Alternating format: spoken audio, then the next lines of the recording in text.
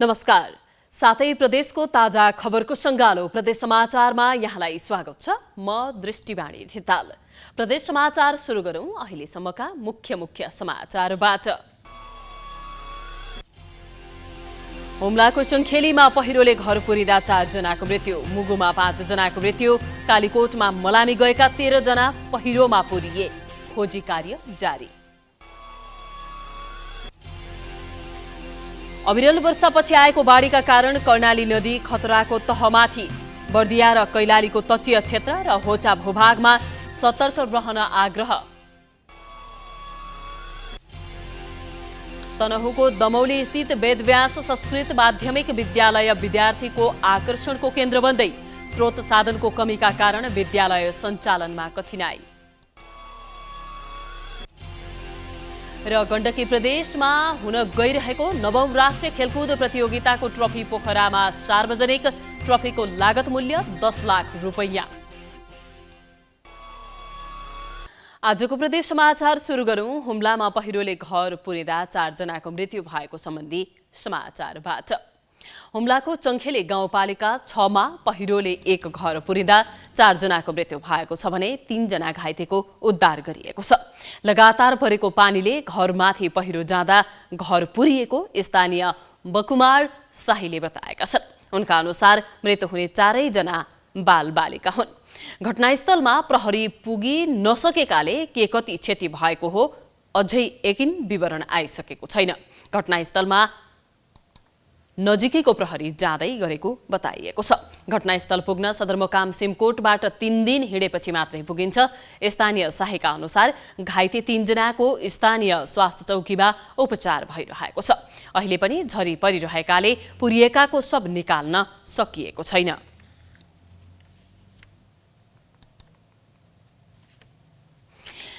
अब कालीकोटमा मलामी गएका 13 जनालाई पहिरोले पुरेको सम्बन्धी समाचार रहेको छ।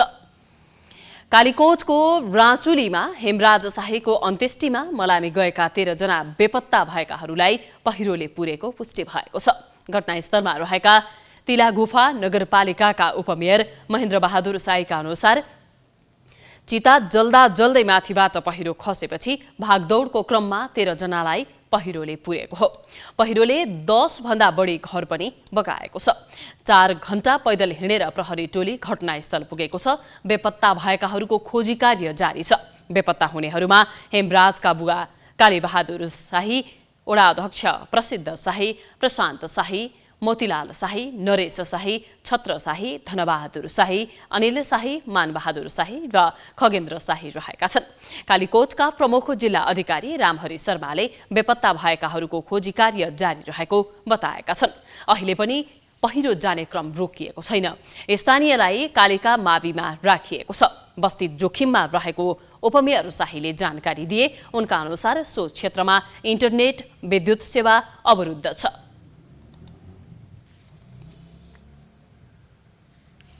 प्रसङ्ग फेरि पनि प्राकृतिक विपत्तिकै रहेको छ। मुगुको सालिममा मानबहादुर कुमाईको घर पहिरोले पुरिँदा 5 जनाको मृत्यु भएको छ भने 11 जना बेपत्ता भएका छन्। बेपत्ताको खोजी गर्न नेपाल प्रहरी, सशस्त्र प्रहरी बल र नेपाली सेनाको टोली घटनास्थलतर्फ गएको प्रमुख जिल्ला अधिकारी रोमबहादुर महतले जानकारी दिए। सुरक्षा टोली घटनास्थलमा पुग्न पनि ठाउँ-ठाउँमा पहिरो गएकाले अप्ठ्यारो परिरहेको र केही बेरमा पुग्ने जानकारी आफूले पाएको उनले बताएका छन्। यसैबीच गृहमन्त्री बालकृष्ण खाँडले मुगु, कालीकोट र हुम्लामा बाढी र पहिरोबाट घाइते भएकाको उद्धार तत्काल गर्न सम्बन्धित जिल्ला प्रशासन र सुरक्षा निकायलाई निर्देशन दिएका छन्। तत्कालका लागि जिल्लामा रहेको स्रोत साधनको उपयोग गरेर घाइतेको उद्धार, उपचार र पुनर्स्थापना गर्नुपर्ने भए पुनर्स्थापना गर्न र थप स्रोत साधनको आवश्यकता पर्ने भए मन्त्रालयमा लेखी पठाउन निर्देशन दिएका हुन्। गृह सचिव विनोद प्रकाश सिंह, मन्त्रालयका सुरक्षा समन्वय महाशाखा प्रमुख फणिन्द्रमणि पोखरेल, नेपाल प्रहरीका कर्णाली प्रदेशका प्रमुख प्रहरी नायब महानिरीक्षक पौषराज पोखरेल र सम्बन्धित जिल्लाका प्रमुख जिल्ला अधिकारीलाई गृहमन्त्री खाँडले निर्देशन दिएका हुन्। अबको क्रममा कर्णाली नदीले खतराको तह पार गरेको सम्बन्धी समाचार रहेको छ। अविरल वर्षापछि आएको बाढीका कारण कर्णाली नदीले खतराको तह पार गरेको छ। चिसापानी स्थित जलमापन केन्द्रका अनुसार रातिको मापन अनुसार कर्णालीमा पानीको सतह 12.2 सेन्टिमिटर पुगेको छ। 6 दिनदेखि निरन्तर भइरहेको वर्षाका कारण कर्णाली नदीमा पानीको बहाव बढेको हो। कर्णालीमा 10 मिटरको तहलाई सचेत सतह मानिन्छ र 10.180 मिटरलाई खतराको सतह मानिन्छ। सहायक नदीहरू सेती, बुढीगङ्गा, तिला कर्णाली, भेरी लगायत नदीहरूमा पानीको सतह बढेका कारण तटीय क्षेत्रमा नदीको सतह बढेको हो। हाल यो आसपास नै रहेको बर्दिया र कैलालीको तटीय क्षेत्र र डुबान भइरहने होचा भूभागमा हुनेहरू आज साँझसम्म डुबान नहुने सुरक्षित अग्लो स्थानमा नै रहन बाढी पूर्वानुमान महाशाखाले जनाएको छ। अब लुम्बिनी प्रदेशका विभिन्न जिल्लामा विशेष महत्त्वका साथ खेलिने सराय नाच सम्बन्धी समाचार रहेको छ। दशैंको टीकापछि विशेष मानिने सराय नाच लुम्बिनी प्रदेशका विभिन्न जिल्लामा विशेष महत्त्वका साथ नाच्ने गरिन्छ। दशैंको दिनदेखि पूर्णिमासम्म शक्तिपीठमा हतियार जुधाएर नाचिने सराय नाच यो वर्ष पहाडी तथा तराईका जिल्लामा नाचिएको हो। गुल्मी, अर्घखाँची, प्युठान, पाल्पा, बागलुङ, पर्वत लगायतका जिल्लामा दर्जनौं शक्तिपीठ अर्थात् कोतहरूमा यो नाच नाच्ने गरिन्छ। बितेका 2 वर्ष शक्तिपीठमा लाग्ने ठूलो जात्राबाट कोरोना संक्रमणकै कारण प्रभावित भएपछि नाच नचाउन सकिएको थिएन। यो पटक वर्षाले प्रभावित भएको छ। ठूलो वर्षा भए पनि विभिन्न स्थानमा यसको प्रदर्शन भने गरिएको छ। इतिहासका जानकारहरूका अनुसार देवताले राक्षसमाथि विजय हासिल गरेपछि टीका लगाउने र त्यसको खुसियालीमा सराय नाच फुलपाती विसर्जन नाचिने रूपमा नाचगान उत्सव गरेर आज चाहिँ फुलपाती विसर्जन गर्ने भएको हुनाले सराय खेल्नुपर्ने कारण त्यही हो।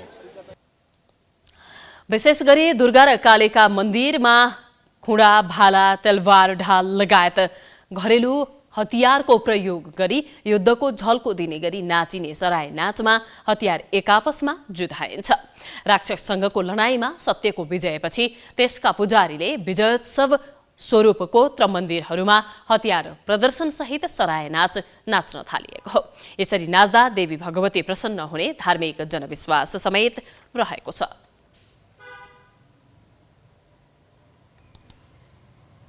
अबको क्रममा तनहुँमा संस्कृत अध्ययन गर्ने विद्यार्थीहरूको संख्या बढ्दै गएको सम्बन्धी समाचार रहेको छ।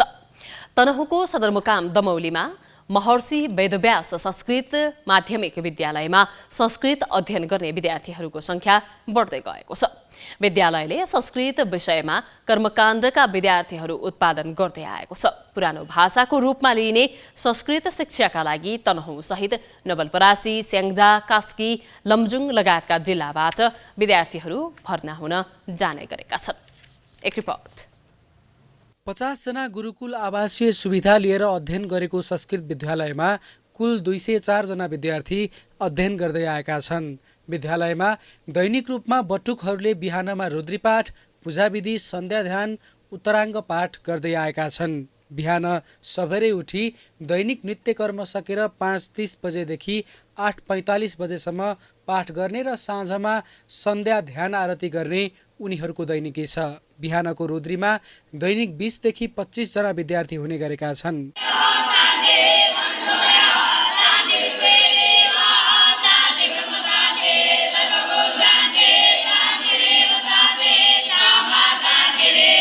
कर्मकाण्ड, संस्कृत भाषा, संस्कृत व्याकरण, वेद, नीतिशास्त्र, न्याय लगायत पढ्न पाइने भएका कारण संस्कृत विद्यालयमा भर्ना भएको विद्यार्थीको भनाइ छ। हाम्रो 9 कक्षामा 7वटा विषय छ अनि अरू कक्षामा चाहिँ नि फरक फरक खालका विषय हुन्छन्। 9 कक्षामा चाहिँ नि नेपाली, म्याथ, इङ्ग्लिस, संस्कृत व्याकरण, संस्कृत भाषा, कर्मकाण्ड र सामाजिक रहेको छ। त्यहाँ चाहिँ नि अरू कक्षामा चाहिँ नि कुनैमा नीतिशास्त्र, कुनैमा वेद पाठन हुनेछ। त्यति मात्र होइन, कक्षा 11 र 12 मा ज्योतिष शिक्षा समेत पढाउँदै आएको विद्यालयले जनाएको छ। उक्त संस्कृत माविमा अध्ययन गरेका विद्यार्थीहरू पुजारी, महायज्ञ सप्ताह ज्ञान लगाउने, प्रवचन पुस्तक प्रकाशन गर्नेदेखि नेपाली सेनाको पुजारी जस्ता पदमा समेत पुगेको विद्यालयले जनाएको छ। परम्परागत हिन्दू धर्म संस्कृति संस्कारलाई संरक्षण गर्नका लागि पनि संस्कृत शिक्षा आवश्यक भएको विद्यालयका पूर्व शिक्षकको भनाइ छ। कर्मकाण्ड गर्ने पण्डितहरूकै अभाव हुन थालिसक्यो। त्यसको चाहिँ नि उत्पादन यहाँबाट महत्त्वपूर्ण रूपमा भइरहेको छ। सरकारले लागू गरेको निशुल्क शिक्षाको अवधारणालाई लागू गर्दै विद्यालयले विद्यार्थीहरूलाई निशुल्क रूपमा अध्ययन गराउँदै आएको छ। त्यसमध्ये सुरुमा दर्ता शुल्क र सामान्य परीक्षा शुल्क लिने बाहेक अन्य सबै निशुल्क छ। गुरुकुलमा बस्ने विद्यार्थीहरूलाई महर्षि फाउन्डेसनले आर्थिक सहयोग समेत गर्दै आएको छ। विद्यार्थीहरूलाई खाने बस्ने लगायतका खर्च व्यवस्थापनमा समस्या हुँदा अन्य दाताहरूको सहयोग लिनु परेको विद्यालयले जनाएको छ। महर्षि वेदव्यास संस्कृत माध्यमिक विद्यालय 2050 सालमा स्थापना भएको। खास गरिकन हिन्दू धर्म संस्कृतिको ह्रास भइरहेको जताततैबाट आक्रमण भइरहेको परिवेशमा यो संस्कृत माध्यमिक विद्यालय स्थापना गरेर हाम्रो धर्म र संस्कृतिलाई जगेर्ना गर्ने मनसायले यो विद्यालय 50 सालमा स्थापना भएको हो। महर्षि फाउन्डेसनले रुद्राभिषेकका लागि मासिक 55,000 दिँदै आएको छ, जसबाट खाद्यान्न, तरकारी, पानी, बत्ती लगायत खर्च हुँदै आएको छ। 2050 सालमा व्यास नगरपालिका 3 स्थित शान्तिनगरमा सञ्चालनमा आएको संस्कृत विद्यालय सञ्चालनमा सरकारको ध्यान नजाँदा ओझेलमा पर्दै गएको छ। कर्मकाण्डका लागि अति आवश्यक पर्ने विद्यार्थी उत्पादन थालेको संस्कृत विद्यालय संरक्षणमा सबै निकायको ध्यान जान जरुरी देखिन्छ। प्राइम टेलिभिजनका लागि तनहुँबाट विकास खनालको रिपोर्ट। अब पश्चिम नवलपरासीमा रामग्राम स्तूप ओझेलमा परेको सम्बन्धी समाचार रहेको छ। पश्चिम नवलपरासीमा अवस्थित शान्तिका अग्रदूत भगवान गौतम बुद्धको सिङ्गो अस्तुधातु रहेको स्थल रामग्राम स्तूप ओझेलमा परेको छ। विश्व सम्पदा सूचीमा सूचीकृतको पर्खाइमा रहेको स्तूप लुम्बिनी विकास कोष मातहत रहेको छ। लुम्बिनी विकास कोषले पूर्वाधार निर्माण तथा प्रचार प्रसारलाई व्यवस्था गर्दा स्तूप क्षेत्र ओझेलमा परेको हो। एक रिपोर्ट। पश्चिम नवलपरासीको सदरमुकाम परासीबाट 3 किलोमिटर दक्षिणमा अवस्थित रामग्राम स्तूप विश्वकै गौतम बुद्धको एकमात्र सिङ्गो अस्तुधातु रहेको ऐतिहासिक, पुरातात्विक तथा धार्मिक स्थल हो। लुम्बिनी विकास कोष अन्तर्गत रहेको स्तूप संरक्षणमा विकास कोषले भने कुनै चासो दिएको छैन। रामग्राम स्तूपको संरक्षण तथा प्रचार प्रसारमा कोषले चासो नदिएपछि रामग्राम नगरपालिकाले संरक्षणमा चासो देखाएको छ। नगरपालिकाले नगरसभाबाट रामग्राम विकास कोष खडा गर्ने निर्णय गरेको छ। रामग्राम स्तूपको विकासमा लुम्बिनी विकास कोष स्पष्ट बन्न नसकेको र चासो नदेखाएको भन्दै रामग्राम नगरपालिकाले स्वामित्व हस्तान्तरण गर्न माग गरेको छ। रामग्राम नगरपालिकाले यही नगरसभाबाट 10औं नगरसभाबाट रामग्राम विकास कोष पनि एउटा खडा गर्ने भनेर चाहिँ निर्णय पनि गरेको छ र अहिलेको अब रामग्राम नगरपालिका यसमा चिन्तित भएको कारणले लुम्बिनी विकास कोषसँग गएर पनि एउटा सानो मिटिङ गर्यो र त्यो मिटिङमा चाहिँ यी कुराहरू उठाउँदा उहाँहरूले चाहिँ एकदम स्पष्ट जवाब दिन नसक्ने र मैले के भने यदि रामग्रामको विकास तपाईँहरू चाहनुभएको छैन, गर्न चाहनुहुन्न भने हामीलाई दिनुहोस्, हामीलाई अधिकार दिनुहोस्, हामीलाई छोड्नुहोस्, त्यहाँ हामी लगानी गर्छौँ र त्यसको विकास गर्छौँ। र यस्तो महत्त्व 8वटा अष्ट धातुमा एउटा मात्रै चाहिँ यो अष्ट धातु रहेको रामग्राम र यसको बाहिर जुन विदेशमा जुन महत्त्व छ, अहिले लुम्बिनी विकास कोषले चाहिँ यो नबुझिदिएको हो कि जियोफिजिक्स सर्वेले माटोको ढिस्को भित्र स्तूप रहेको पुष्टि गरिसकेको छ। ग्रेटर लुम्बिनी अन्तर्गत बुद्ध जन्मस्थलसँग सम्बन्धित स्थानको प्रवर्धन गर्ने उद्देश्यले लुम्बिनी विकास कोषले रामग्राम स्तूपको गुरु योजना समेत तयार गरिसकेको छ। 2 वर्ष अगाडि नै झण्डै 7 अर्ब लागत अनुमानमा तयार पारिएको गुरु योजना र गत वर्षको बजेट भाषणमै जोडिए पनि कार्यान्वयन भने हुन सकेको छैन। बजेट कार्यान्वयनका लागि कोषले ताकेता गरे पनि हुन नसकेको लुम्बिनी विकास कोषले जनाएको छ।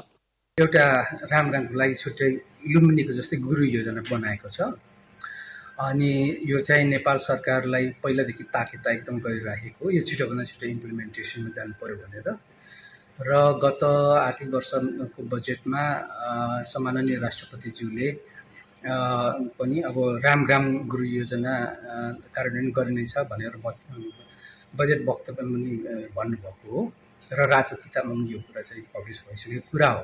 अष्टधातु रहेको रामग्राम स्तूप क्षेत्रको विकासका साथै प्रचार प्रसार हुन नसक्दा लुम्बिनी आएका पर्यटकहरू स्तूप क्षेत्र पुग्न सकेका छैनन्। बुद्धको जीवनीको अभिन्न अङ्गको रूपमा जोडिएको रामग्राम स्तूपको विकास, प्रचार प्रसार तथा संरक्षणमा लुम्बिनी विकास कोष र राज्यको उत्तिकै भूमिका हुन जरुरी छ। प्राइम टेलिभिजनका लागि पश्चिम नवलपरासीबाट रमेश कुमार भुसालको रिपोर्ट। अब 9औं राष्ट्रिय खेलकुद प्रतियोगिताको ट्रफी पोखरामा सार्वजनिक भएको सम्बन्धी समाचार रहेको छ। 9औं राष्ट्रिय खेलकुद प्रतियोगिताको ट्रफी पोखरामा सार्वजनिक गरिएको छ। गण्डकी प्रदेशमा आयोजना हुने प्रतियोगिताको गण्डकी प्रदेशका मुख्यमन्त्री कृष्णचन्द्र नेपाली पोखरेलले एक कार्यक्रमका बीच ट्रफी सार्वजनिक गरेका हुन्। सो कार्यक्रमलाई सम्बोधन गर्दै मुख्यमन्त्री पोखरेलले झण्डै 40 वर्षपछि पोखरामा प्रतियोगिता आयोजना गर्न पाउनु सुखद पक्ष भएको बताउँदै ट्रफी आयोजक प्रदेशमै राख्न पाउने गरी उत्कृष्ट खेल प्रदर्शन गर्न आग्रह गरे। मेरो पनि के स्वार्थ छ भने यो गण्डकी प्रदेशका मेरा भाइ बहिनीहरू खेलाडीहरूले आफ्नो त उत्कृष्ट खेलाडी देखाएर यो राखिदिनु भयो भने हामी सम्पूर्ण प्रदेशवासी तपाईँ हामी सबैको सम्मान हुन्छ। राष्ट्रिय खेलकुद परिषदका सदस्य सचिव टङ्कलाल घिसिङले प्रदेशमा हुन गइरहेको प्रतियोगिता सफल पार्न प्रदेशवासीको जिम्मेवारी रहेको बताएका छन्। उनले प्रतियोगितामा सहभागी 11वटै टिमलाई विजयको शुभकामना दिए। निर्माण गरिरहँदाखेरि भनेको थियो कि 11वटा टिमका निमित्त यो ट्रफी चुम्नका लागि तपाईँहरूलाई शुभकामना। आज गण्डकीमा र खास गरिकन गण्डकीको खेलाडीहरूको ठुलो केन्द्रीकरणको बीचमा भएको यो कार्यक्रममा म गण्डकी प्रदेशलाई विशेष शुभकामना व्यक्त गर्न चाहन्छु। यहाँलाई सफलता मिलोस् भन्ने शुभेच्छा प्रकट गर्न चाहन्छु। यसअघि ट्रफी सहित खेल पदाधिकारी, विशिष्ट पाहुनाहरू सहित सवारी साधनबाट नगर परिक्रमा गराइएको थियो। सरकारले पहिलो पटक राष्ट्रिय खेलकुद प्रतियोगिताका लागि रनिङ ट्रफीको निर्माण गरेको हो। करिब 10 लाख रुपैयाँ खर्च गरेर राष्ट्रिय खेलकुदको विजेता टिमका लागि ट्रफी बनाइएको हो। ट्रफीका डिजाइनर नेपाल ओलम्पिक कमिटीका महासचिव समेत रहेको बताइएको छ। नीलेन्द्र राज श्रेष्ठ रहेका छन्। ट्रफीलाई श्याम तुलाधरले बनाएका हुन्। ट्रफीमा 5 केजी चाँदी र 2 तोला सुनको प्रयोग गरिएको छ। लगातार 3 संस्करणको प्रतियोगिता जित्ने टिमले स्थायी रूपमा विजेता ट्रफी आफूसँग राख्न पाउनेछ।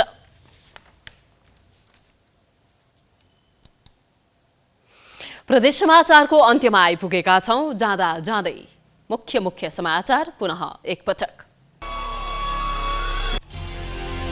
हुम्लाको चङ्खेलीमा पहिरोले घर पुरिँदा 4 जनाको मृत्यु, मुगुमा 5 जनाको मृत्यु, कालीकोटमा मलानी गएका 13 जना पहिरोमा पुरिए, खोजी कार्य जारी। अविरल वर्षापछि आएको बाढीका कारण कर्णाली नदी खतराको सतहमाथि, बर्दिया र कैलालीको तटीय क्षेत्र र होचा भूभागमा सतर्क रहन आग्रह। तनहुको दमौली स्थित वेदव्यास संस्कृत माध्यमिक विद्यालयमा विद्यार्थीको आकर्षण, स्रोत साधनको कमीका कारण विद्यालय सञ्चालनमा कठिनाई। र गण्डकी प्रदेशमा हुन गइरहेको 9औं राष्ट्रिय खेलकुद प्रतियोगिताको ट्रफी पोखरामा सार्वजनिक, ट्रफीको लागत मूल्य 10 लाख रुपैयाँ। प्रदेश समाचार अहिलेलाई सकियो। हेर्दै गर्नुहोला प्राइम टाइम्स एचडी। नमस्कार।